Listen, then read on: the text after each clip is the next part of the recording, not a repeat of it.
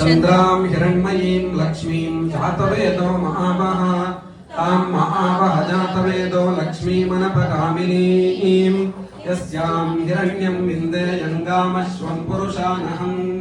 अश्वपूर्वां रथमद्याम् अस्तिना आदप्रबोधिनीं श्रियं देवीमुपह्वये श्रीर्मा देवी दुशताम् कांसोऽस्मितां हिरण्यप्राकाराम् आर्द्रां ज्वलन्तीं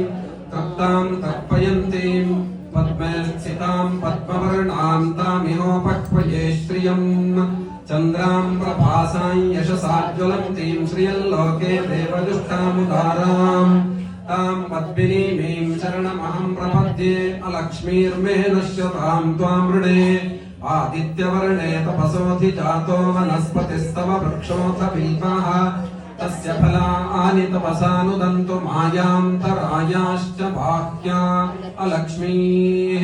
उपैतु मां देव सखः कीर्तिश्च मणिना सह प्रादुर्भूतोऽस्मि राष्ट्रेऽस्मिन् कीर्तिवृद्धिं ददातु मे क्षुत्पिपासामलां ज्येष्ठामलक्ष्मीर्नाशयाम्यहम् अभूतिमसमृद्धिं च सर्वां निर्णुदमे ग्रहात्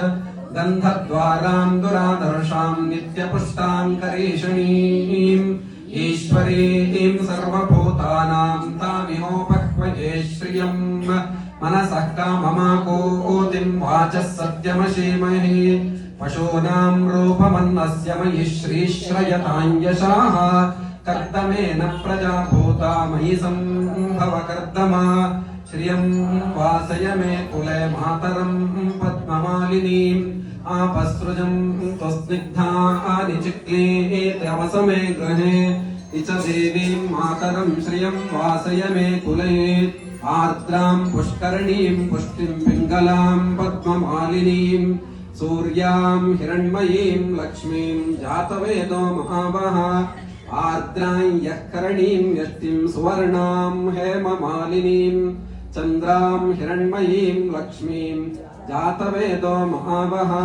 तां महावः जातवेदो लक्ष्मीमनपगामिनीं